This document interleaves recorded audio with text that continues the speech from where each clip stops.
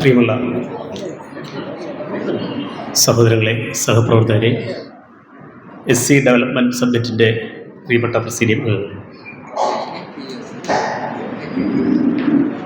അടുത്ത ഒരു നിയമസഭാ തെരഞ്ഞെടുപ്പ് മുന്നിൽ നിൽക്കുമ്പോഴാണ് നമ്മൾ കേരളത്തിലെ ദളിതരെ സംബന്ധിച്ചിടത്തോളം ഏറ്റവും വലിയ രണ്ട് പ്രശ്നങ്ങൾ മുന്നിൽ വെച്ചുകൊണ്ട് ഇന്നിവിടെ സബ്മിറ്റ് സംഘടിപ്പിക്കുന്നു. ഒന്ന്, വികസനത്തെ സംബന്ധിച്ചുള്ള നിലവിലുള്ള ഭരണ സംവിധാനങ്ങളും രാഷ്ട്രീയ പാർട്ടികളും നടത്തുന്ന വികസന നയത്തെ അപ്പാടെ പൊളിച്ചെഴുതാനും നീണ്ട കേരളത്തിൻ്റെ 7 പതിറ്റാണ്ട് കാലം ദളിതർക്ക് നഷ്ടമായ വികസന പങ്കാളിത്തത്തെക്കുറിച്ച് ചോദിക്കുവാനും വേണ്ടിയാണ് നമ്മളൊരു പുതിയ ഡെവലപ്മെൻറ്റ് പോളിസി അല്ലെങ്കിൽ ഒരു ആക്ട് മുന്നോട്ട് വെക്കുന്നു. തീർച്ചയായും വളരെ ഗൗരവമായി ആ വിഷയം ഇവിടെ അവതരിപ്പിക്കുകയും അതിലൊരുപാട് നിർദ്ദേശങ്ങൾ വരികയും വീണ്ടും സമുദായത്തിലെ ചിന്തകരും ആക്ടിവിസ്റ്റുകളും അക്കാഡമിഷ്യന്മാരും ഒക്കെ കൂടിച്ചേർന്ന് അതിനെ കൂടുതൽ പൂർണ്ണമാക്കിക്കൊണ്ട് നമുക്കത് കേരള സമൂഹത്തിന് മുമ്പിൽ അവതരിപ്പിക്കാവുന്നതാണ്. രണ്ടാമത്തെ കാര്യമാണ് അധികാരം എന്നത്.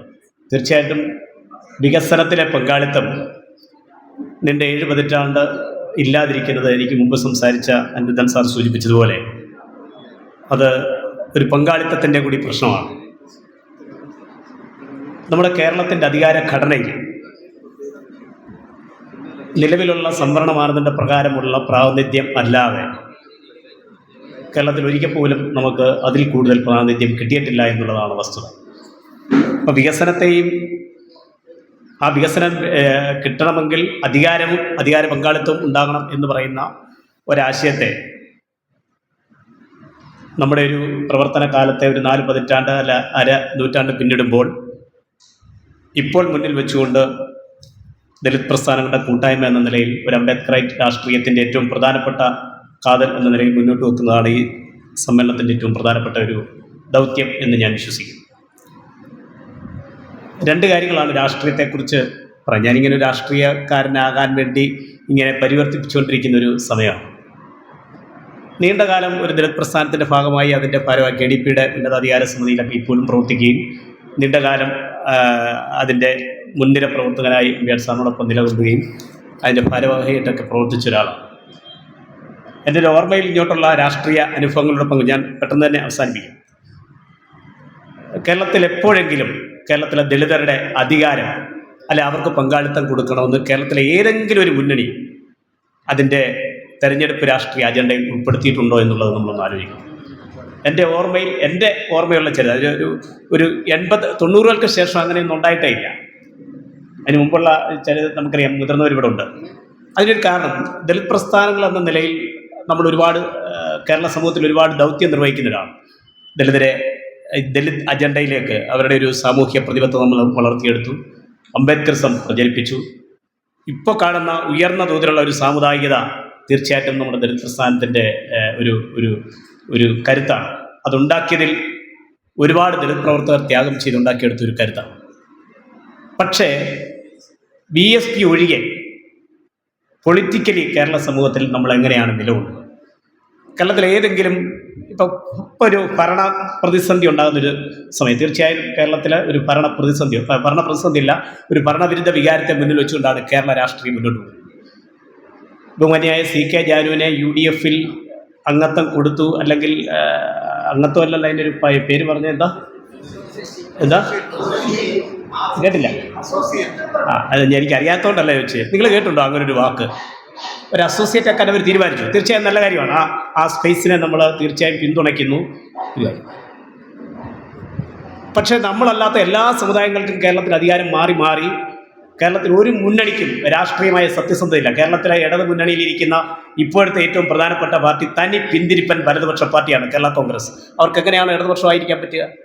ഇപ്പോൾ നീണ്ടകാലം ഈ കേരള കോൺഗ്രസ് ഗ്രൂപ്പുകൾ നിൽക്കുന്നവരെല്ലാം ഒരു സമ്പന്ന വർഗ താല്പര്യമുള്ളവർ എങ്ങനെയാണ് തൊഴിലാളി വർഗ പാർട്ടിയുടെ മുന്നണിക്കകത്തിരിക്കുക? അവർക്ക് അതിനെക്കുറിച്ചൊരു ആശങ്കയൊന്നുമില്ല. കേരളത്തിലെ ഇടതുപക്ഷത്തിനും ഇല്ല, കയറിയിരിക്കുന്നവർക്കും ഇല്ല. അതുപോലെ തന്നെ വലതുപക്ഷത്ത് ഇപ്പോൾ ഇരിക്കുന്നതിൽ നമ്മുടെ ബഹുമാന്യായ CP ജോൺ ഇടതുപക്ഷക്കാരനാണ്, നമ്മുടെ സുഹൃത്താണ്, ഒരു മാർക്സിസ്റ്റാണ്. അദ്ദേഹം ഇപ്പം UDFലാണ്. നിങ്ങൾ ആലോചിച്ച് നോക്കി, നമ്മൾ നീണ്ട കാലം പറയുന്ന രാഷ്ട്രീയം, നമ്മൾ ഇടതു വിരുദ്ധ രാഷ്ട്രീയം പറയുന്നവരാണ്, കോൺഗ്രസ് വിരുദ്ധ രാഷ്ട്രീയം പറയുന്നവരാണ്, ഇതെല്ലാമാണ്. പക്ഷെ നമുക്ക് കേരളത്തിലെ മുന്നണി രാഷ്ട്രീയം എത്ര പരിമിതി ഉണ്ടെങ്കിലും മുന്നണി രാഷ്ട്രീയമാണ് കേരളത്തിലെ ഈ ജാതി മേൽക്കൊയ്മയും ജാതി വാഴ്ചയൊക്കെ ഇല്ലാതായി. ഇപ്പോൾ അതിന് മാറ്റമുണ്ട്. ഇപ്പം ജാതി തമ്പുരാക്കന്മാർ സമുദായ സംഘടന ഉണ്ടാക്കി അവർ അധികാരം കൈയാളുന്നെങ്കിലും മുന്നണി രാഷ്ട്രീയം എന്നത് പോസിറ്റീവായി കാണുന്നവരാണ് നമ്മളെല്ലാം, പ്രത്യേകിച്ച് മലയാളികൾ. രാഷ്ട്രീയമായി കേരളത്തിൻ്റെ ഒരു പ്രബുദ്ധതയാണ് മുന്നണി രാഷ്ട്രീയം എന്ന് പറയുന്നത്. പക്ഷേ ആ മുന്നണി രാഷ്ട്രീയത്തിൽ എവിടെയാണ് ദളിതർക്ക് പങ്ക്? ഏതെങ്കിലും തെരഞ്ഞെടുപ്പുകളെ നമ്മൾ ഇത് ഉന്നയിച്ചിട്ടുണ്ടോ? ഞാനിത് രാവിലെ കഴിഞ്ഞിട്ട് ഒരു അമ്പയർ സാർ എനിക്കൊരു 25 വർഷം മുമ്പുള്ള ഒരു പോസ്റ്ററിൽ കയ്യെഴുത്തിൽ ഞാൻ എഴുതിയ ഞങ്ങൾ എഴുതിയ ഒരു പോസ്റ്റർ അന്നിറക്കിയിരുന്നു, ഓർക്കുന്നുണ്ടോ എന്നറിയത്തില്ല. കേരളത്തിലെ ഒരു ലോക്സഭാ തെരഞ്ഞെടുപ്പിൽ KDP എന്ന നിലയിൽ ഞങ്ങൾ ഉയർത്തിയ ഒരു പോസ്റ്ററുണ്ട്. ആ പോസ്റ്റർ എൻ്റെ വീട്ടിൽ ഒരു കുടില, എൻ്റെ വീട് അന്നൊരു കുടില, നമ്മുടെ പഴയ ചെരുപ്പ്, അവിടെ രമേശ് ചെന്നിത്തല എന്നെ കാണാൻ വരുമ്പം ആ ബോർഡിലോട്ടാണ് നോക്കിയത്. നായർ കേരളത്തിൽ 9 പേർ MP മാർ, കേരളത്തിലെ MLA മാർ 36 പേർ. അന്നത്തെ ജനസംഖ്യ അനുസരിച്ചാണ്. കേരളത്തിലെ ഈഴവർ 27 MLA മാർ, കേരളത്തിലെ MP മാർ 4, കേരളത്തിലെ പട്ടികജാതിക്കാർ 2 സംവരണ സീറ്റ് MP മാർ 14 പേർ, അന്ന് 14 പേരേ ഉള്ളൂ, 12 പേർ. ജനറൽ ഒരാൾ അന്ന് എഴുതി വെച്ച. അപ്പോൾ ഇദ്ദേഹം തന്നെ എന്നോട് ചോദിച്ചത് ആരാ? ഞാനപ്പോൾ പറഞ്ഞു അത് CKP പത്മനാഭൻ, നമ്മുടെ തളിപ്പറമ്പ് MLA ആയിട്ടിരുന്ന CKP പത്മനാഭൻ. അതുപോലെ തന്നെ കോന്നിയിൽ VR ശിവരാജൻ. പൊതുമണ്ഡലത്തിൽ കേരളത്തിൽ ആദ്യമായി നിയമസഭയിൽ സീറ്റ് കൊടുത്ത അദ്ദേഹത്തിനാണ്. കുഞ്ഞമ്പൂരിന് ലോക്സഭയിൽ സീറ്റ് കൊടുത്തിട്ടുണ്ട് കോൺഗ്രസ് പാർട്ടി, അത് നമ്മൾ മറക്കത്തില്ല. പക്ഷേ 2 പേർക്ക് പൊതുമണ്ഡലത്തിൽ. പക്ഷേ ആ തെരഞ്ഞെടുപ്പിൽ ഞങ്ങൾ അന്ന് KDP വലിയ CPM വലിയ അക്രമങ്ങളൊക്കെ ഉണ്ടാകുമ്പോഴും അന്നത്തെ പൊതുരാഷ്ട്രീയത്തിൽ ആ രാഷ്ട്രീയത്തിൽ VS അച്യുതാനന്ദൻ കേരളത്തിൻ്റെ മുഖ്യമന്ത്രിയാകുമ്പോൾ കുറച്ചൊക്കെ പ്രതീക്ഷയോടെ ഭൂമി അത്തരം രാഷ്ട്രീയമൊക്കെ പിന്തുണയ്ക്കും എന്ന് കരുതി അന്ന് LDF-നെ പിന്തുണയ്ക്കുമ്പോൾ ഞങ്ങൾ വെച്ച ഏറ്റവും പ്രധാനപ്പെട്ട, ഞാനും അന്ന് സുരേന്ദ്രൻ കരിപ്പ, അമ്പയർ സാർ, ഞങ്ങളൊക്കെയാണ് FKG സാർ, ഞങ്ങൾ പറഞ്ഞ ഒരു കാര്യം, നമുക്ക് സീറ്റ് വേണമെന്നല്ല. പക്ഷെ നമ്മളിപ്പോൾ ആലോചിക്കുക, അന്ന് നമുക്കൊരു സീറ്റ് വേണമെന്ന് പറയാൻ നമുക്ക് തോന്നിയിരുന്നില്ല. അധികാരം വേണ്ടാന്നുള്ള, അധികാരത്തിലേക്ക് ഒരു രാഷ്ട്രീയക്കാരനായി നമ്മൾ വേണ്ടതില്ല, അധികാരം വേണ്ടതില്ല എന്നുള്ള നമ്മുടെ ഒരു കാഴ്ചപ്പാട്.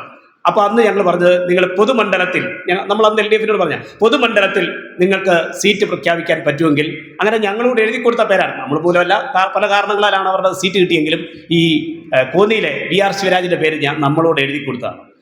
അപ്പോൾ അങ്ങനെ അത് കഴിഞ്ഞപ്പം മുന്നണി കൺവീനർ ഞങ്ങളെ വിളിച്ചു പറഞ്ഞൊരു കാര്യം, നിങ്ങൾക്ക് അഭിമാനത്തോടെ പറയാം, 2 സീറ്റ് ജനറൽ സീറ്റിൽ പട്ടികക്കാർക്ക് കൊടുക്കും. അതിനുശേഷം ഇന്ന് വരെ പൊതുമണ്ഡലത്തിൽ കേരളത്തിൽ ഒരു ഇതില്ല. ഞാൻ അതിൻ്റെ രാഷ്ട്രീയമായി ശരിയോ തെറ്റോ അല്ല പറയുന്നത്. നമ്മളിപ്പം ഈ തെരഞ്ഞെടുപ്പിൽ സീറ്റ് എത്ര പേരാ വിളിക്കുന്നത്? നിങ്ങളെന്താ ഒരു സീറ്റ് ചോദിക്കാൻ? നമുക്ക് എവിടെ സീറ്റ് ചോദിക്കാൻ പറ്റുന്ന ഒരു രാഷ്ട്രീയ തന്ത്രം?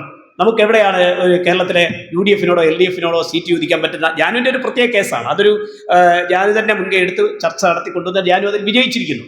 കേരളത്തിലെ ദളിതർ എവിടെ വിജയിച്ചിരിക്കുന്നു? ജാനുവിൻ്റെ പ്രാന്ത്യം ഈ ആദിവാസി പ്രാന്ത്യമാണ്. ദളിതാദിവാസികൾ ഒന്നിച്ചാണെന്ന് പറയുമ്പോഴും അതിനോട് കേരള സമൂഹത്തിൻ്റെ ആദിവാസി സെന്റിമെന്റ്സിനെ ഒന്ന് പരിധപ്പെടുത്താൻ VD സതീശൻ കൊടുക്കുന്ന ഒരു മാർക്ക് മാത്രമാണ്. സീറ്റ് കൊടുക്കുമോ എന്നുള്ള കാര്യമൊന്നും ഉറപ്പ് പറഞ്ഞിട്ടില്ല, കൊടുക്കത്തില്ലെന്നാണ് VD സതീശൻ പറഞ്ഞിരിക്കുന്നത്. പക്ഷേ ഞാനൊരു സീറ്റ് കൊടുത്തേ മതിയാവൂ എന്ന് നമ്മൾ ഈ സമ്മേളനം കേരളത്തിലെ UDF-നോട് ആവശ്യപ്പെടണം. അതാണ് കേരളത്തിൻ്റെ രാഷ്ട്രീയം എന്ന് പറയുന്നത്. എനിക്ക് വളരെ വർഷങ്ങളായിട്ട് അറിയാവുന്ന ഒരാളാണ് നമ്മുടെ ഗീതാനന്ദൻ ചേട്ടൻ. അദ്ദേഹത്തിന് ഒരു സീറ്റ് കൊടുക്കണമെന്ന് നമ്മൾ പറഞ്ഞ് ഏതെങ്കിലും ഒരു മുന്നണി തരുമെന്ന് പറഞ്ഞാൽ പുള്ളി സമ്മതിക്കുമോ? പുള്ളി സമ്മതിക്കത്തില്ലേ. പുള്ളിക്ക് MLA ആകണമെന്നുള്ള ഒരു ആഗ്രഹം ഇല്ല എന്നുള്ളത് മാത്രമല്ല, അതിന് പറ്റുന്ന ആളല്ല ഞാനെന്നുള്ളതും. കേരളത്തിലെ ഏറ്റവും ഈ പറയുന്ന ഏത് രാഷ്ട്രീയ നേതാവിനേക്കാളും ഭൂമിയെ സംബന്ധിച്ച്, റവന്യൂ നിയമങ്ങളെ സംബന്ധിച്ച്, വിദ്യാഭ്യാസത്തെ സംബന്ധിച്ച്, ഈ ആദിവാസി ദളിത് പ്രശ്നത്തെക്കുറിച്ച് വളരെ ഗഹനമായ പഠനമുള്ള ഒരു മനുഷ്യനാണ് ഈ ഗീതാനന്ദ സാർ. നമ്മൾ എത്രയോ കേട്ടിരിക്കുന്നു. പക്ഷേ ഇപ്പം അങ്ങ് സമ്മതിക്കാമെന്ന് വെച്ചാൽ ഒരു സീറ്റ് ഇനി തരുവാന്ന് പറഞ്ഞാൽ നമ്മുടെ ഇടയിൽ സീറ്റ് കൊടുക്കാൻ പറ്റുന്ന ഒരാളാണ് ഗീതാനന്ദ സാർ സമ്മതിക്കുമെന്ന് എനിക്ക് തോന്നുന്നില്ല. ഇത് പറ്റുന്ന അല്ലെന്ന് പറയും. വേണം നമ്മളൊക്കെ ആരെങ്കിലും പറയാം ഇതിന് പറ്റിയ ആളല്ലെന്ന് പറയും. അമ്പയാർ സാർ നമുക്കറിയാമല്ലോ, കേരളത്തിൽ ഏറ്റവും കൂടുതൽ രാഷ്ട്രീയമായ സ്വാധീനമുള്ള ദളിത് നേതാവാണ് അമ്പയാർ സാർ. കേരളത്തിൽ ഏറ്റവും കൂടുതൽ അംബേദ്കറേറ്റ് രാഷ്ട്രീയം നിന്നുകൊണ്ട് രാഷ്ട്രീയ സ്വാധീനമുള്ള ഒരാളാണ്. ഇതൊന്നും LDF-നും UDF-നും അറിയാഞ്ഞിട്ടല്ല. പക്ഷേ നമുക്കവിടെ ചോദിക്കാൻ പറ്റുന്ന ഒരു മീഡിയേറ്ററോ ഒരു ബന്ധമോ ഒരു സംഘടനയോ കേരളത്തിൽ ഇന്നേ വരെയുള്ള, ഞാനടക്കമുള്ള KDP അടക്കമുള്ള ഞങ്ങളടക്കം ഉയർന്നു വന്ന ഈ 3 പതിറ്റാണ്ട് കാലത്തെ പ്രസ്ഥാനത്തിനോ പറ്റാതെ പോകുന്ന ഒരു മെയ്വഴക്കം, അതിന് പറ്റുന്നൊരു മെയ്വഴക്കം നമുക്കില്ല എന്നുള്ളതാണ് കേരളത്തിലെ എൻ്റെ ഒരു വിലയിരുത്തലാണ്. ഞാനതിൻ്റെ പൂർണ്ണമായും ശരിയെന്ന് പറയുന്നില്ല. അതുകൊണ്ട് ഈ തെരഞ്ഞെടുപ്പ് കാലത്ത് നമുക്ക് പറയാവുന്ന 2 കാര്യമാണ്. ഒന്ന്, ഈ സബ്മിറ്റ് ഒരു വലിയ കാര്യമാണ്, ഈ ഡെവലപ്മെന്റ് സബ്മിറ്റ് എന്ന് പറയുന്നത്. രണ്ടാമത്, നമ്മുടെ വിദ്യാഭ്യാസവുമായി ബന്ധപ്പെട്ടുള്ള നമ്മുടെ ഈ ഗ്രാൻഡ് നമ്മൾ ഉയർത്തിയ ഒരു 2 കാര്യമാണ്. ഇത് മുന്നിൽ വെച്ചുകൊണ്ട് ഈ തെരഞ്ഞെടുപ്പിൽ ദളിതരുടെ പക്ഷത്തുനിന്ന് ഒരു അജണ്ടയാക്കാൻ പറ്റുമോ? തീർച്ചയായും പറ്റുമെന്നല്ല. കാരണം ഗീതാനന്ദ സാറിനെ പോലെ ഒരാൾ, അമ്പയർ സാറിനെ പോലെ ഒരാൾ, നമ്മൾ ഈ കൂടിയിരിക്കുന്ന സാമുദായിക കൂട്ടങ്ങളെല്ലാം കൂടെ വിചാരിച്ചാൽ കേരള രാഷ്ട്രീയത്തിന്റെ ഒരു ദളിത പക്ഷത്തെ ഒരു അജണ്ട, കേരള രാഷ്ട്രീയത്തിന്റെ ഗതിയൊന്നും മാറ്റാൻ നമുക്ക് പറ്റത്തില്ല. അതിന് മാത്രം നമ്മൾ വലിയ ശക്തിയൊന്നുമുള്ളവരല്ല. പക്ഷേ ഈ കേരള രാഷ്ട്രീയത്തിലെ ദളിത പക്ഷത്തെ അജണ്ട ഇതാണെന്ന് നിശ്ചയിപ്പിക്കാൻ പറ്റുന്ന ഒരു ഇവന്റ് ആയി അടുത്ത ഈ രാഷ്ട്രീയ സമ്മേളനം മാറണം എന്നുള്ളതാണ് എൻ്റെ ഒരു അഭിപ്രായം. രണ്ടാമത്തെ കാര്യം, പണ്ട് നമ്മൾ 2 പേർക്ക് വേണ്ടി സീറ്റ് ചോദിച്ചു. നമ്മളൊക്കെ ഒരുപാട് പേര് പഞ്ചായത്ത് തെരഞ്ഞെടുപ്പൊക്കെ എത്ര പേർക്ക് വേണ്ടി ആ സീറ്റിന് വേണ്ടി നമ്മൾ അങ്ങോട്ടും ഇങ്ങോട്ടും പറയാം. നമുക്ക് മെമ്പറാകാൻ പറ്റുമോ എന്ന് ചോദിച്ചാൽ പറ്റത്തില്ല, നമുക്ക് മെമ്പറാകാൻ പറ്റത്തില്ല.